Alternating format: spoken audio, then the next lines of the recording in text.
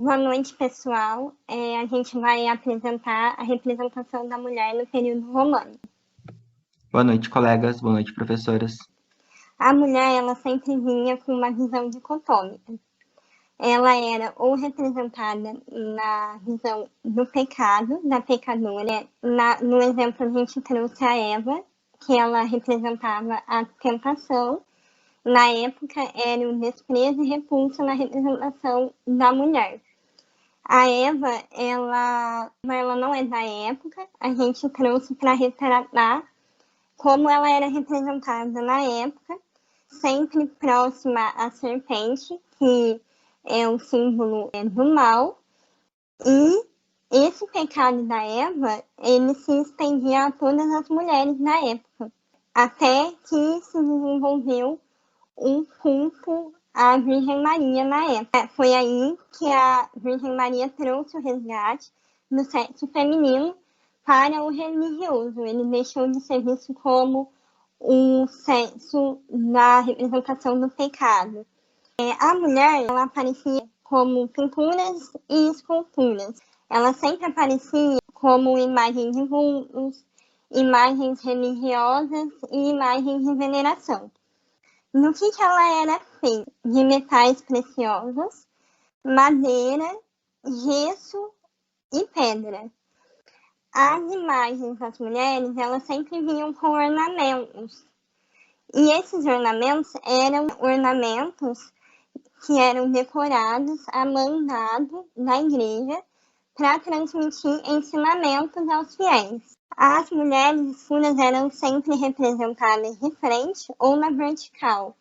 Essa representação, ela queria dar uma criação de espiritualidade para a imagem da mulher. As imagens, elas sempre eram muito claras, a fim de serem didáticas. Elas vinham para trazer ensinamentos da igreja. As técnicas utilizadas para representar as mulheres eram sempre técnicas de deformação, que elas eram utilizadas para interpretar o misticismo na mulher.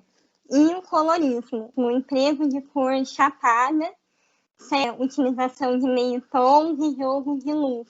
Eram sempre imagens bem simples em relação ao realismo, para que elas fossem muito bem entendidas. E o contexto do período românico, ele é marcado por um fervor religioso muito grande. O catolicismo ele termina o seu processo de expansão pela Europa, com a conversão da Saxônia, na Polônia, na Hungria. Então, a Igreja Católica ela ocupa toda a parte da Europa. Junto com o catolicismo, você tem também a expansão de um estilo comum de arte, que é o que vai caracterizar o período românico. E dentro desse período, a gente pode fazer um questionamento, né? Se ele é uma idade das trevas ou se ele tem um pequeno renascimento. A ideia que se tem, quando se fala em Idade Média, é de que é aquele período terrível, período das trevas. E, no entanto, houve arte. E junto com esse aspecto religioso, nós temos o que é chamado auge do monasticismo, que são as abadias, tanto masculinas quanto femininas também. E aí é interessante a gente colocar que muitas dessas abadias, no caso das ordens voltadas para as mulheres, elas estavam sendo controladas por mulheres, mulheres de poder. E aí uma reflexão que a Thalita e eu fizemos foi o quanto haveria um olhar feminino sobre a representação do feminino devido a essas mulheres de poder nesse período e que a gente vai apresentar logo mais.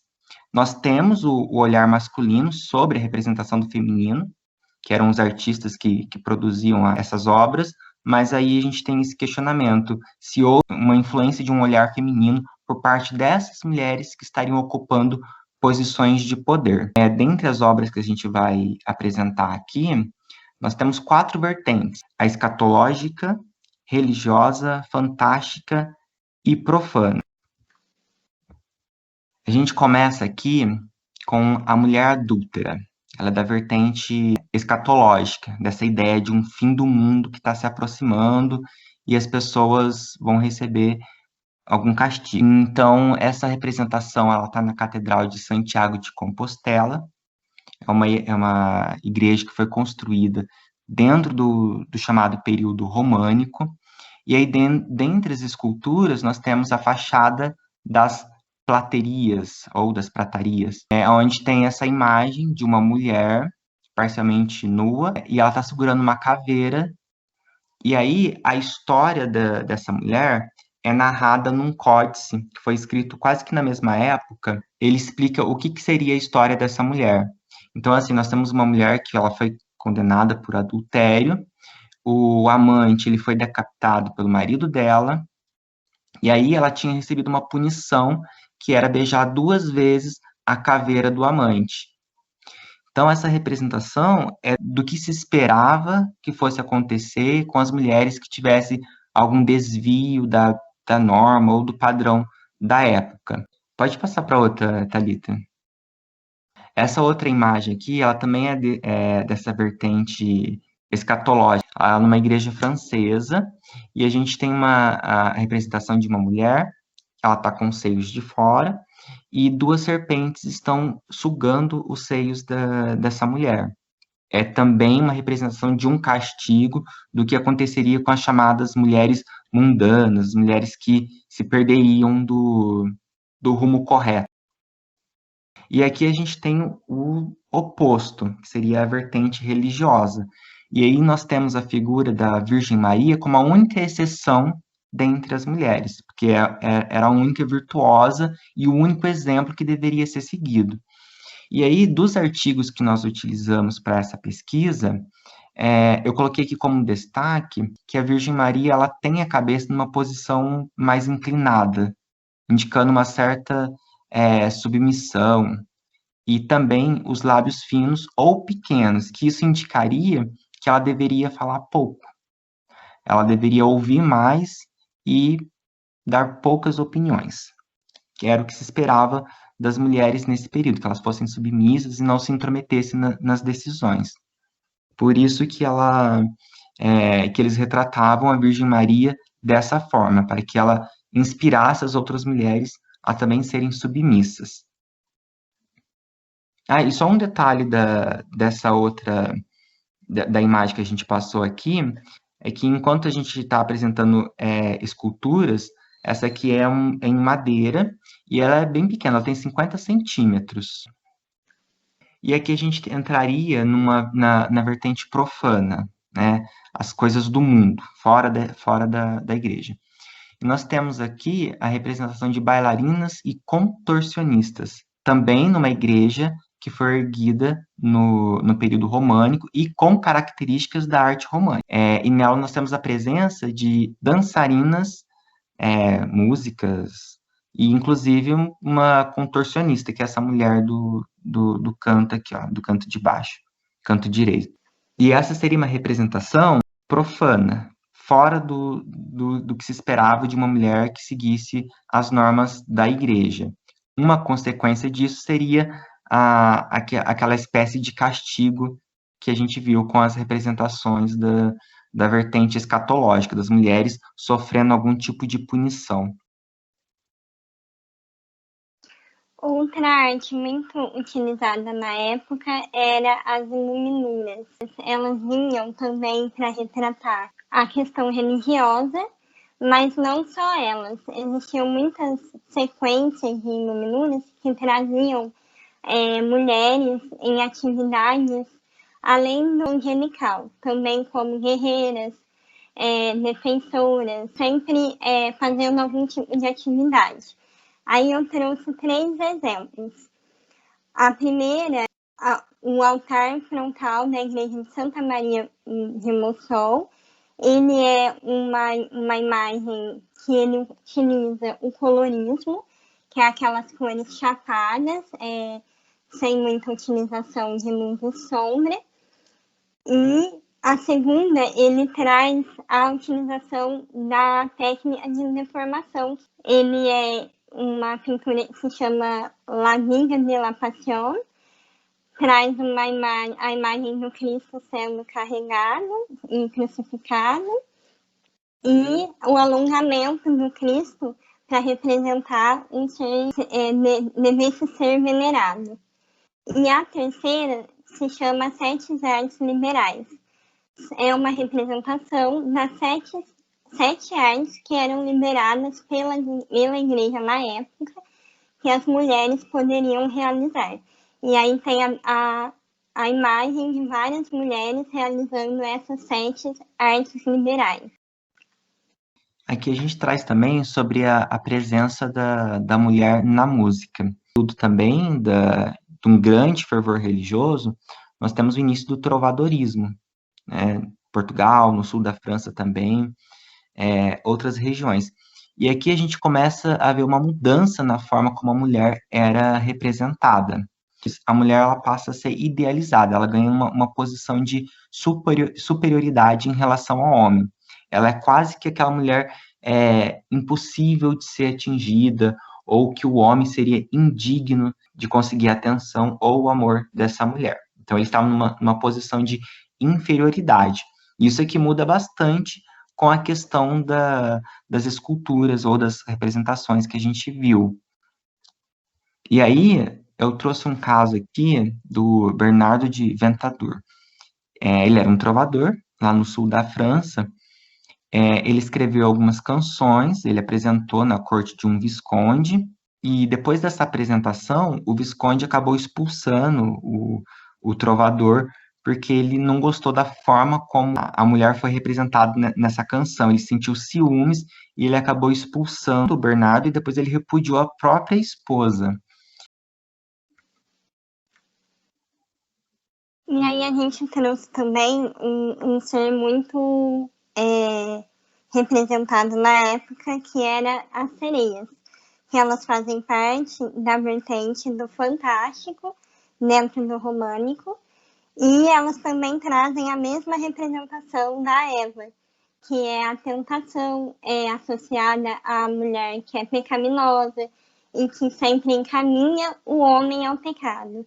A sereia vinha com aquele mito no canto da sereia e seduzia os homens e os faziam pecar. Aí eu trouxe duas imagens. Uma é da igreja do Mosteiro do Salvador de Travanca e a outra é em uma coluna da igreja de Notre Dame de Mailhac, na França. Só para mencionar também, Thalita, outras criaturas que eram representadas, às vezes era só um monstro, assim, uma figura, mas o rosto desse monstro assumia uma feição feminina, para dar esse aspecto de que era uma mulher monstruosa, ou remeter àquela ideia de que era um ser pecaminoso, que era um obstáculo a uma vida religiosa, uma vida de religiosidade. Aqui agora a gente vai falar sobre as mulheres que exerceram algum tipo de poder no período do romanismo, tanto um poder político quanto econômico também. No caso da Mencia de Lara, ela era uma mulher, pertencia à nobreza, tanto pela parte da família do pai e da mãe, quanto da parte do marido dela. Era uma família muito rica e nobre. E depois que ela ficou viúva, ainda muito jovem, ela acabou se recolhendo para um monastério, para uma abadia, ela se tornou abadesa, e ela exerceu o poder político sobre 11 povoados. E ela era tão poderosa nesse período que ela foi nomeada testamenteira do próprio rei. Eles tinham uma amizade, a família, por ser da alta nobreza, tinha uma amizade com o rei, e depois que ela se tornou abadesa, exercia esse imenso poder sobre uma grande região, ela era vista pela própria realeza como uma pessoa de respeito e de confiança e uma aliada. Aí a gente trouxe também Teresa Petri, que também foi abadesa, uma mulher de grande atividade econômica. Ela tinha controle da fundação em que ela era abadesa e governava a comunidade ao redor. Aqui eu trouxe uma imagem do sepulcro que foi atribuído a ela na época da morte dela. E aí a Maria Gonzalez de Agüero, que também era abadesa e abriu um mosteiro na época, criou um mosteiro, e nesse mosteiro ela ensinava as damas a música. Ela era um mosteiro que era um conservatório de música e estúdio de produção de livros. A Maria Gonzalez de Agüero, ela é considerada como uma compositora da Espanha medieval. E a Leonor de Aquitânia, que ela foi uma das mulheres mais ricas e poderosas da Idade Média. Ela foi duquesa de Aquitânia, condessa de Poitiers, rainha consorte na França, rainha na Inglaterra, matriarca de uma dinastia que governou a Inglaterra por vários anos, e uma das líderes da Segunda Cruzada. Thalita, só para mencionar também, aquele trovador que eu mencionei, o Bernardo, como que era o sobrenome dele?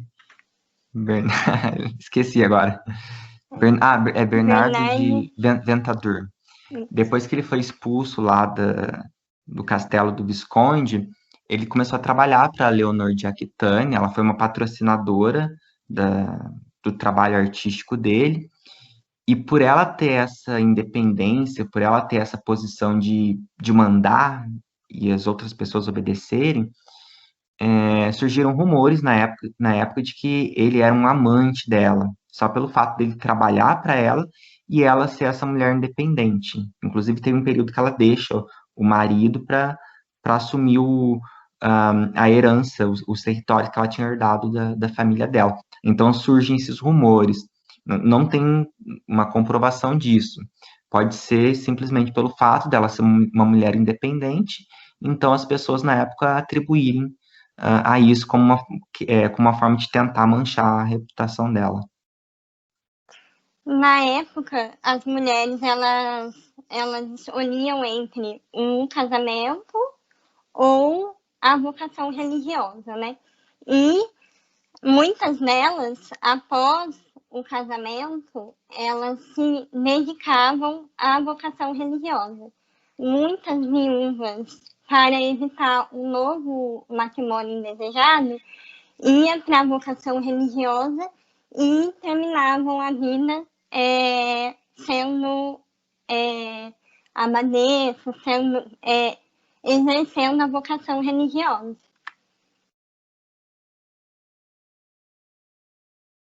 Aí vamos falar um pouco da Velasquita Giraldes. Ela foi uma dama muito rica em Oviedo e foi muito famosa pelas obras de caridade que ela fazia. As imagens, por exemplo, essa placa é uma homenagem a ela no hospital que ela fez a caridade. Ela construiu um hospital e doou todo o enxoval do hospital na época, e aí eles colocaram uma placa em homenagem a ela. E a igreja, né, uma capela com o nome dela, que ela também construiu na época como caridade. Ela fundou também uma irmandade religiosa profissional caritativa. Você quer falar do filme? Eu só ia mencionar que esse filme, que é bem famoso, ele retrata bem uma cena em que eles estão diante de uma imagem da Virgem Maria no mosteiro lá, e o monge responsável pelo mosteiro, ele menciona sobre o quanto a Virgem Maria era a única figura bela ou que deveria ser um espelho para todas as outras mulheres. E aí ele destaca a questão dos lábios pequenos da Virgem, ou seja, falar pouco, e também para combater o riso, que o riso era visto como algo maléfico para aquele período. E aí essa questão do riso vai entrar com aquelas mulheres dançarinas, contorcionistas, que eram representadas, que levavam uma vida mundana, uma vida profana, fora dos padrões da igreja, e que, como resultado disso, lá no julgamento final, no final do mundo, elas receberiam castigos rigorosos, igual o caso da mulher que estava sendo atacada pelas serpentes, ou da mulher adúltera que foi condenada a beijar a caveira do amante 2 vezes ao dia. E aqui nossas referências. Esperamos que tenham gostado da nossa apresentação. E boa noite. Boa noite.